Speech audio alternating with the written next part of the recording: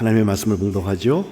신약성경 고린도전서 4장 14절부터 21절 말씀을 받들어 읽겠습니다. 내가 너희를 부끄럽게 하려고 이것을 쓰는 것이 아니라 오직 너희를 내 사랑하는 자녀같이 권하려 하는 것이라. 그리스도 안에서 1만 스승이 있으되 아버지는 많지 아니하니 그리스도 예수 안에서 내가 복음으로써 너희를 낳았습니다. 그러므로 내가 너희에게 권하노니 너희는 나를 본받는 자가 되라. 이로 말미암아 내가 주 안에서 내 사랑하고 신실한 아들 디모데를 너희에게 보내었으니 그가 너희로 하여금 그리스도 예수 안에서 나의 행사 곧 내가 각처 각 교회에서 가르치는 것을 생각나게 하리라. 어떤 이들은 내가 너희에게 나아가지 아니할 것 같이 스스로 교만하여졌으나 주께서 허락하시면 내가 너희에게 속히 나아가서 교만한 자들의 말이 아니라 오직 그 능력을 알아보겠으니 하나님의 나라는 말에 있지 아니하고 오직 능력에 있습니다. 너희가 무엇을 원하느냐? 내가 매를 가지고 너희에게 나아가랴. 사랑과 온유한 마음으로 나아가랴. 아멘. 이는 하나님의 말씀입니다. 오늘 예배하신 여러분들 가운데 하나님의 은혜와 평강, 특별히 부활의 역사가 있으시기를 주님의 이름으로 축복합니다. 뜨거운 계절이 다가오고 있습니다. 어저께 30도가 넘었다고, 5월 중순인데 벌써 30도가 넘으면 여러분은 얼마나 더울까요? 근데 말씀드리듯이 지난 목요일에 예수님이 승천하신 날을 우리가 기억하고 기념하고 또 승천하신 예수님이 다시 오시겠다고 약속하셨으니 그때까지의 우리의 삶을 하나님 앞에서 어떻게 살아갈까? 이것을 위하여서 주님 주신 사명을 잘 감당하려면 능력이 필요한데 성령이 오셔야 그 능력의 역사가 나타납니다. 우리 예배하는 만안교회 모두에게 성령 세례 역사가 있으시기를 축복합니다.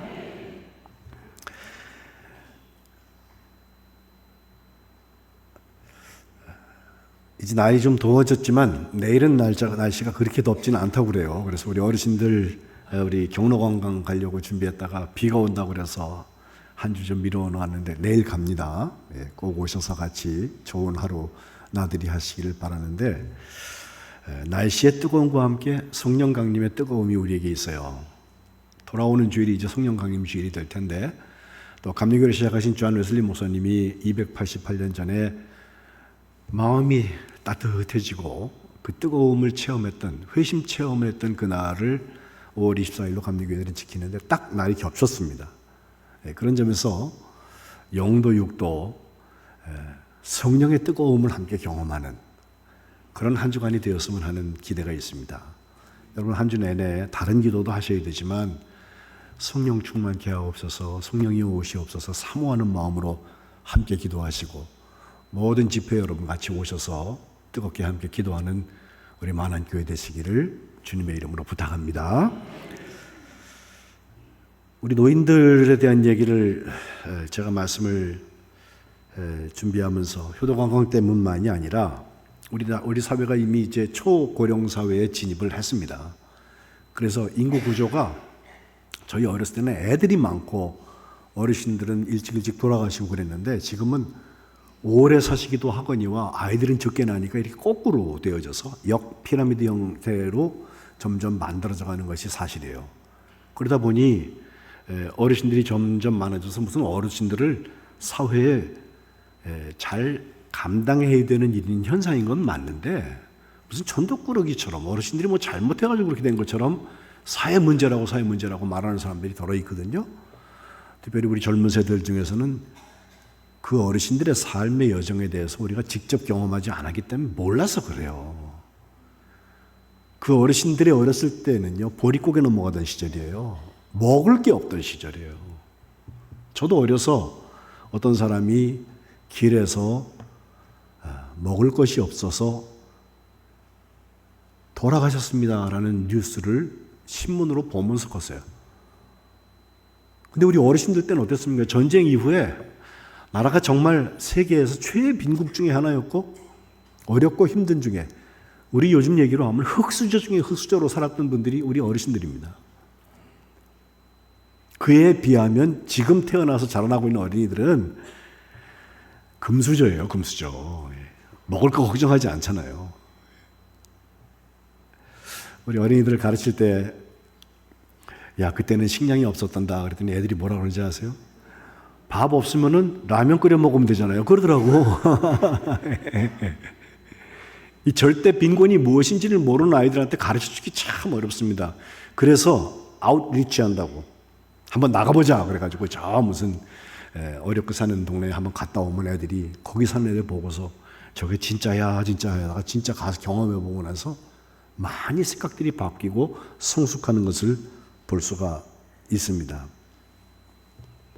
어르신들이 꼭 필요한 이유는 그 어르신들이 지금까지 살아오시면서 체득한 몸으로 경험한 지혜에 있습니다. 그 지혜가 통전되는 세상, 앞선대에서 후대로 연결되고 물려지는 그 세상이 건강한 세상이고, 그렇지 않은 세상은 사람이기에 그 나이가 되면 똑같은 일을 경험하게 되는데 그때 또 시행착오를 하게 될 것입니다. 발전이 없습니다. 특별히 어르신들이 평생 믿음으로 살아오시면서 삶의 굴곡을 만났을 때, 어두운 터널을 지나갈 때, 힘들고 어려웠을 때 어떻게 믿음으로 그것을 감당해냈는지, 이 이야기들은 사장되어져 버리고 그분의 삶과 함께 없어져 버릴 것이 아니라 우리 다음 세대에게 계속해서 연결되어야 되는 것이고, 또 좋은 교사가 되어서 우리에게 하나님의 지혜를 가르쳐 주는 거거든요.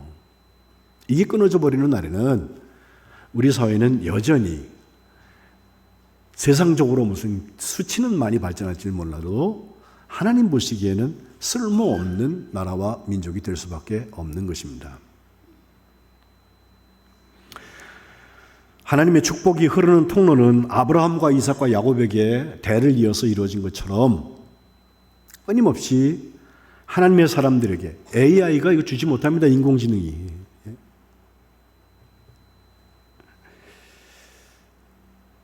그렇게 했더니 실수했다고, 그렇게 했더니 하나님 기뻐하시더라고, 그 이야기 하나 내려놓고 우리는 천국 가는 거예요. 그런 점에서 하나님의 자녀들이 가정에서나 교회에서나 사회에서나 어떤 관계들을 세워야 하는지에 대한 이야기는 오늘 고린도후서 4장에 있는 말씀을 중심으로 여러분 보려고 하는데 너무너무 소중한 말씀이에요. 제가 일만 스승과 아버지라고 설교 제목을 택했어요.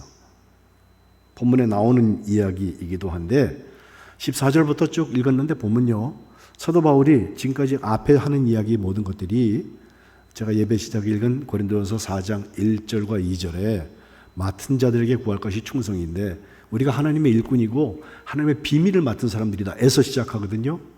이 일을 감당하기 위해서 여러 가지 사정들이 있고, 너희들을 교회를 세우고 그들에게 정말 복음을 전하고 그들과 계속해서 좋은 멘토링을 하고 있는 바울의 입장에서 왜 이런 일들을 쓰냐, 이것은 너희를 부끄럽게 하려고 그러는 게 아니다.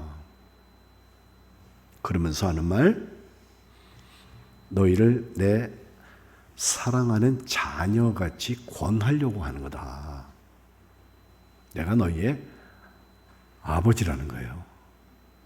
복음으로 너희를 낳았다라고 얘기하고 있어요. 그리스도 안에 1만 스승이 있어요. 우리가 눈만 뜨고 보면요, 셀 수 없는 사람들에게서 배웁니다. 저는 목사로서 가르치러 가는 게 아니라 어떤 때는 가서 내가 그 사람의 입장이었으면 저렇게 할 수 있었을까 하는, 배워요, 가서. 예.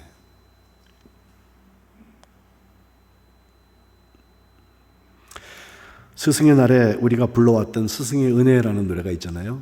우리 강석천 선생이 작시하셨고 권길상 선생이 작곡하신 곡인데 1절 가사를 보면 그래요. 스승의 은혜가 하늘 같아서 우러러 볼수록 높아만 지네. 참되거라 바르거라 가르쳐 주신 스승은 마음의 어버이시라. 마음의 어버이시라. 스승과 어버이를 동일시하고 있습니다. 아, 고마워라 스승의 사랑. 아, 보답하리 스승의 은혜.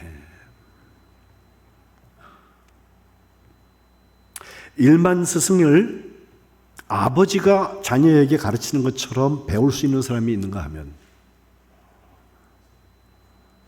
요즘 예전 같지 않잖아요. 군사부 일체라에서 임금님하고 선생님하고 아버지는 한 몸이라 그렇게 존경해야 된다, 그렇게 말씀을 듣고 따르고 배워야 된다라고 가르쳤던 옛날 얘기는 다 없어져 버리고 일종의 직업군의 하나로서 지식을 전달해주고 또 나의 성장 과정에 있을 어떤 하나의 무슨 이행 단계에 동반했던 한 아는 사람 정도로 생각을 해서 과학 공부 가르치는 선생님보다 학교 선생님을 더 무시하는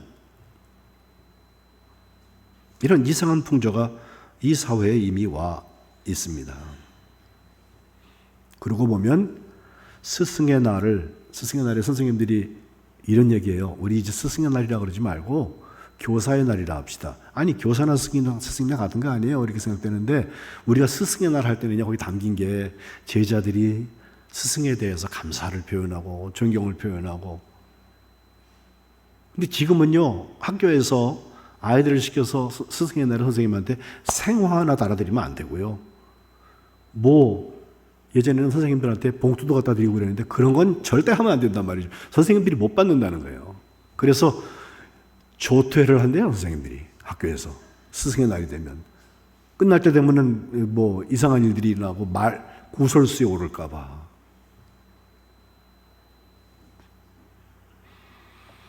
일반 스승 그 대신에 일반 교사, 나도 떳떳하게 내 주장을 하면서 교사로서의 직임을 해야 되겠다는 그 생각을 선생님들이 직업으로서 하고도 있다는 것입니다. 저는 어떻게 스승이 마음의 아버지로서 우리에게 기능할 수 있을까? 오늘 내가 된 것은 지금까지 나를 가르쳐 주신 무슨 학교의 선생님뿐만 아니라 많은 스승들, 심지어 교회학교 교사들, 나의 멘토들, 그들을 통해서 오늘의 내가 있게 마련인데, 말 그대로 마음의 어버이로서 우리에게 다가오는 아버지가 누구냐 말이에요.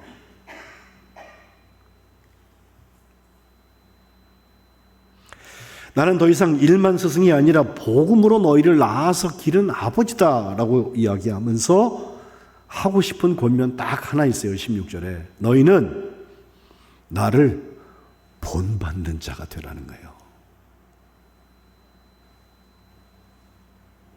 나를 따르라, 나를 본받아라, 이거 쉽지 않은 권면입니다. 오늘 표본이 없어지고 모델이 없어져 있고 또 멘토와 멘티의 관계들이 예전처럼 원활하게 이루어지지 않고 희귀해져 가고 하는 이 사회에서 더욱더 그렇습니다. 온전치도 않은 멘토 원치 않고 차라리 휴대폰을 보면 AI가, 제미나이가, 챗GPT가 우리에게 많은 정보를 줄 수 있으니까 그걸 의존하는 사람들이 왔거든요.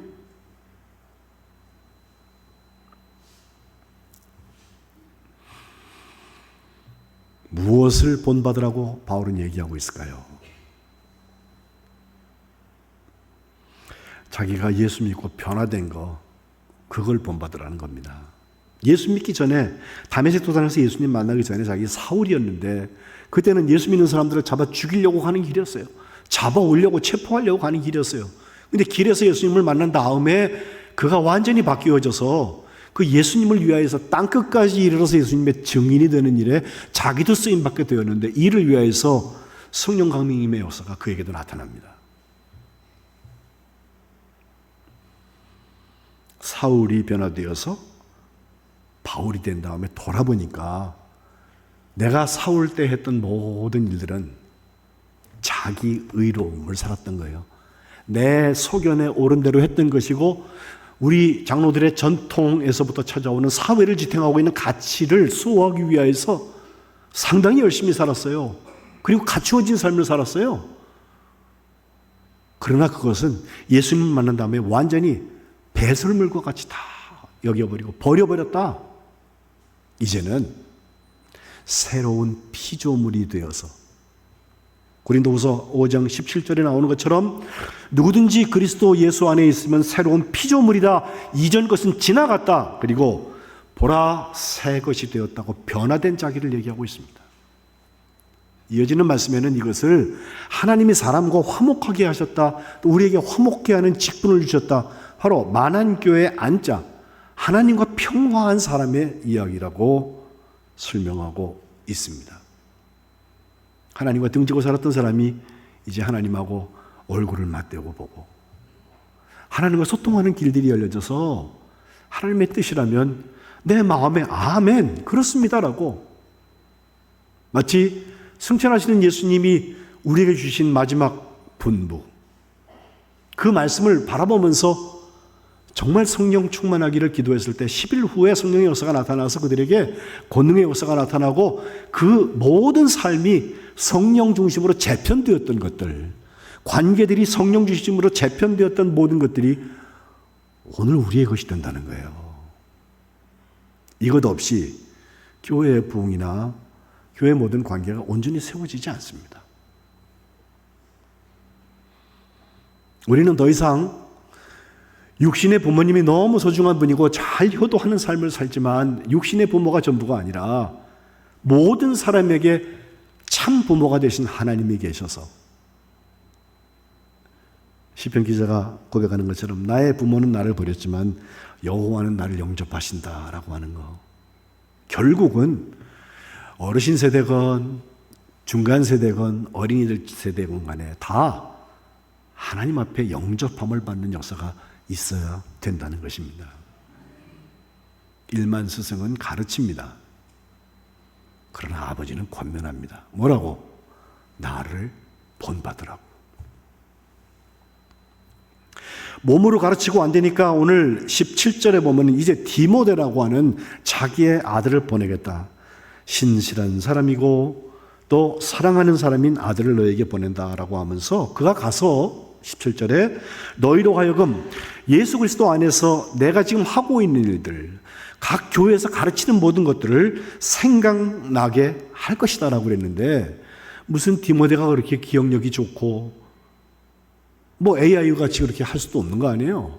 가서 가르칠 때 제가 추측건데 대체적인 말씀에 대한 얘기는 하겠지만 지금 바울이 복음을 전하다가 어떤 어려운 가운데 있다, 또 우리가 함께 복음을 전하라고 가다 보니까 같이 이러이러한 일들을 겪었노라고, 때마다 성령께서 도우셔서 그 어려움을 당한 자리에 오히려 교회를 세우셨다고, 새 피조물이 된 사람들의 이야기들을 아마 전했을 거예요. 실제로 오늘 본문 앞에 나오는 10절로 13절까지 말씀을 보니 복음을 전하다 보니까 이게 결코 녹록한 일이 아니었어요.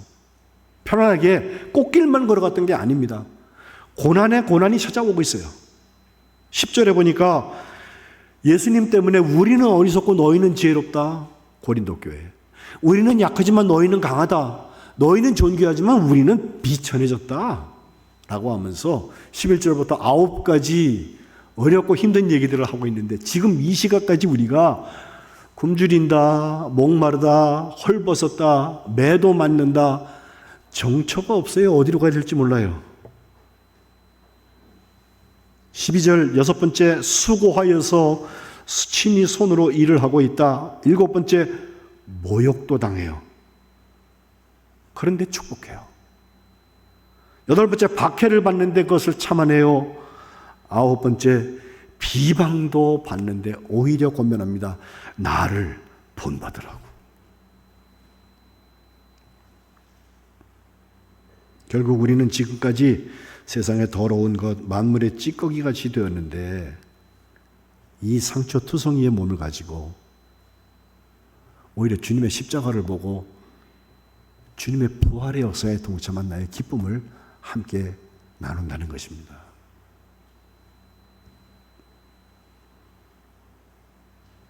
이것 때문에 너희한테 제세하려는 것도 아니고, 이것 때문에 너희를 부끄럽게 하려는 것도 아니야. 정말 내가 하고 싶은 것은 사랑하는 자녀에게 아비의 마음으로 권면하려는 것인데, 나를 본받아라. 또 내 아들 디모데를 보낼 테니까 그 디모데가 가서 이야기한 것 때문에 너희가 이거 잊어먹지 말고 생각하고 살라는 거예요. 그러면서 세 번째로 중요한 얘기 하나 나오죠. 말과 능력에 대한 얘기예요. 스스로 교만하여진 사람들이 하는 말, 바울은 이제 저렇게 하다가 죽을지도 몰라. 여기까지 하지 않을 것 같아. 제멋대로 생각하는 거예요.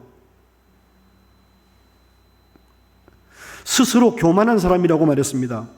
그러나 19절에 주님이 허락하시면 나는 너에게 속히 나아갈 것이다. 가서 교만한 자들을 알아볼 텐데 이들이 말로 하는 것인지 그의 능력이 있는 것인지를 알아보겠다. 말로 무슨 말을 못해요? 책임도 안 질 말들을 아무 말 대잔치라는 거 있잖아. 예? 막말하는 사람들. 20절에 뭐라고 얘기합니까? 하나님의 나라는 말에 있는 것이 아니라 오직 능력에 있다고 그랬어요.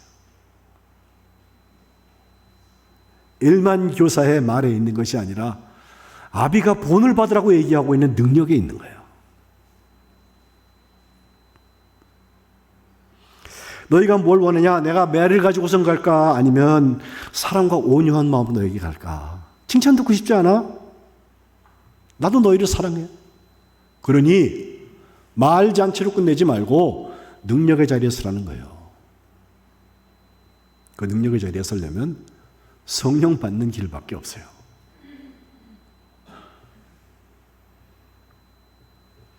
여기서 실패하고 나면은 고린도전서 5장에도 계속되는 말씀에 너희 형제들이라고 이름한 사람들 조심하라고 그래요. 특별히 고린도 교회는 음행의 역사가 있었어요. 고린도라는 도시 자체가 성적 문란이 심한 항구 도시예요. 그러다 보니까 사회에서도 성적인 윤리 감각이 적으니까 그냥 그래도 되는 줄 알고 막 살아요. 현행법으로 잡지도 않아요. 다 그러는데 뭐. 그러나 바울이 바라보고 있는 것은 영적인 간음과 육적인 간음 모든 것들이 하나님 앞에서 해결받아야 될 거라는 걸 알고 있잖아요. 그러니 새로운 피조물을 산다는 사람들이 어떻게 세상 사람들과 똑같이 그러고 살아? 안 돼. 아비의 마음으로 그것을 권면하는 거예요. 그러려면 본인이 불편해야 돼요. 본인이 훨씬 더 힘들어야 돼요.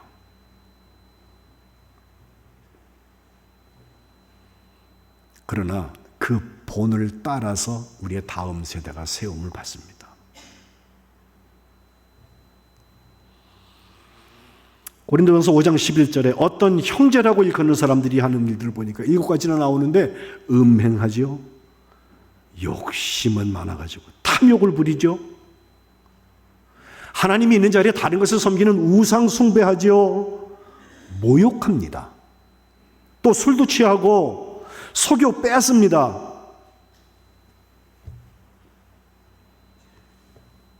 이런 사람들하고는 사귀지도 말고 밥도 같이 먹지 말라고 그랬어요.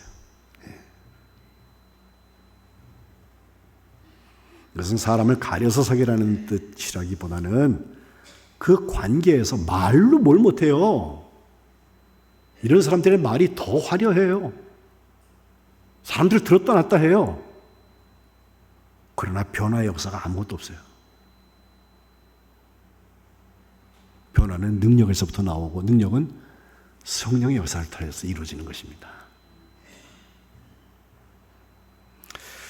가정을 위한 이 가정의 달 5월이라고 해서 주님이 이제 승천하신 다음에 하늘 쳐다보고 있는 사람들한테 주님께서 다시 오실 테니까 약속하신 것을 너희가 받을 때까지 이 성을 떠나지 말고 기도해라. 금요일마다 제가 지금 그 얘기하고 있거든요. 이번 주간에 여러분 더욱더 성령을 사모하고 기도하시기를 바라요. 돌아온 주일에는 성령 강림의 역사가 우리 만안교회에 갑절로 나타나시기를 축복합니다. 여러분의 가정에도 그 성령 충만의 역사가 있으시기를 축복합니다. 송기론 목사님이라고 하이패밀리 가정사역을 크게 하는 목사님인데 고신층 목사님인데 저보다 좀 더 연상인데요. 그분 저 서정면에 있는 교회도 제가 가보고 여러 가지 그 서역의 아름다운 향기를 봐요. 근데 그가 아주 전문가인 김향숙 원장이라는 분과 함께 섬김을 하고 있는데, 그 김향숙 원장은 가정에 대해서, 특별히 부모님들의 역할에 대해서 아주 좋은 강연들을 해요. 근데 그가, 여러분 우리가 모친, 부친 혹은 돌아가신 분들을 선친, 친자 쓰잖아요. 친자. 이게 이제 부모님이라는 뜻인데, 그 친 앞에다가 선친, 모친, 부친이 아니라 독친이라는 말을 썼어요. 독친. 영어로도 toxic parents라고 해서 독을 뿜어내는 부모. 거꾸로 말하면 부모들이 자녀들에게 미치는 악한 영향을 독친이라고, 독친. 이 독친은 다음 세대를 정말 하나님의 자녀로 키워나가는 것이 아니라 그들에게 본을 보이되 잘못된 본을 보여서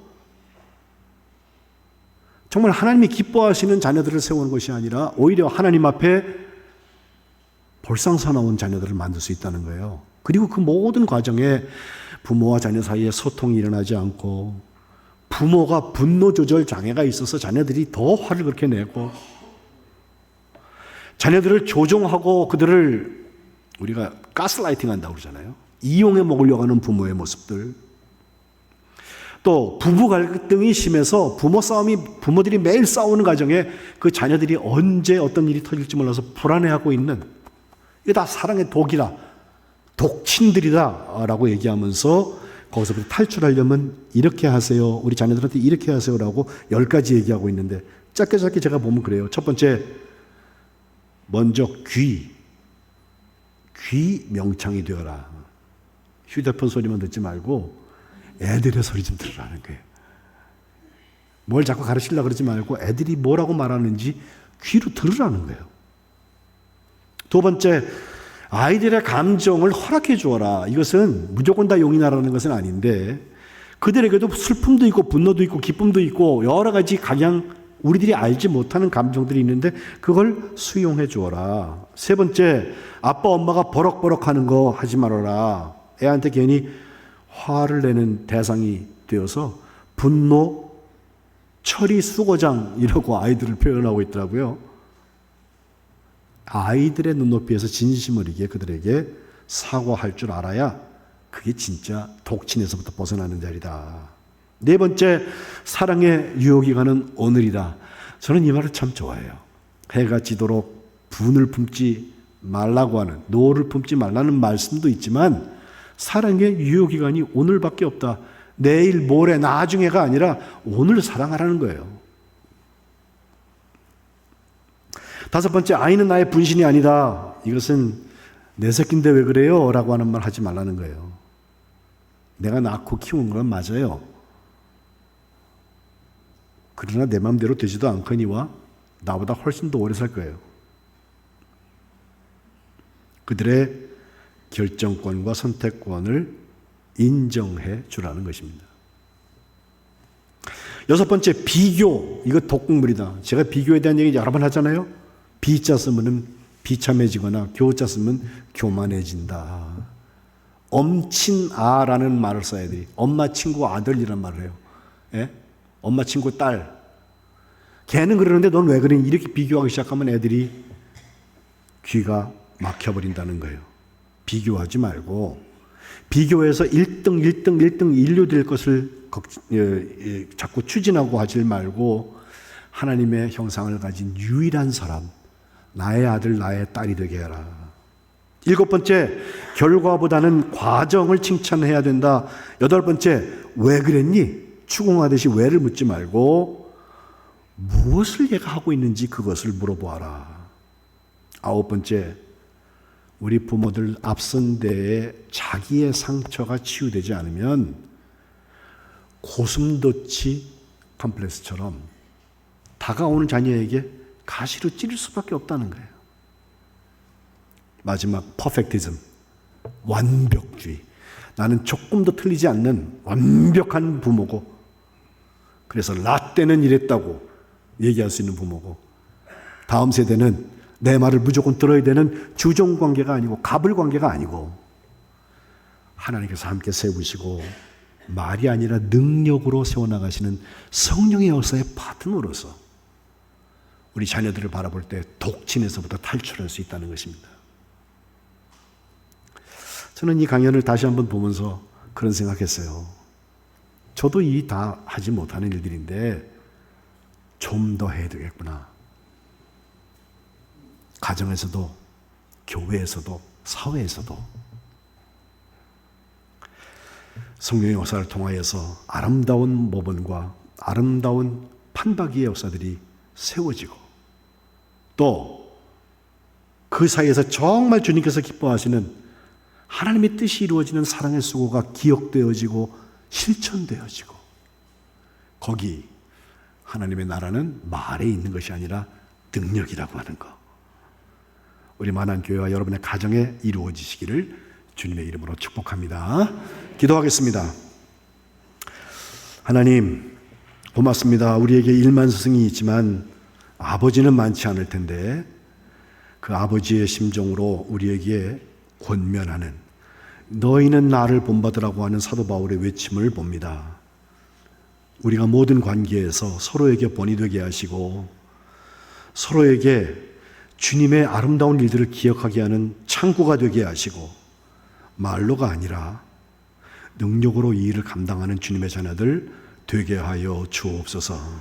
저희들의 가정에서의 관계가 이래서 회복되게 하시고 교회에서의 모든 관계들도 이래서 회복되게 하시고 이제 이번 주간을 지내는 동안에 성령께서 우리에게 오셔서 능력으로 사로잡아 주시고 주님이 원하시는 일에 저희들을 사용하여 주셔서 땅끝까지 이르러서 주님의 증인 되게 하여 주옵소서. 예수님의 이름으로 기도합니다. 아멘.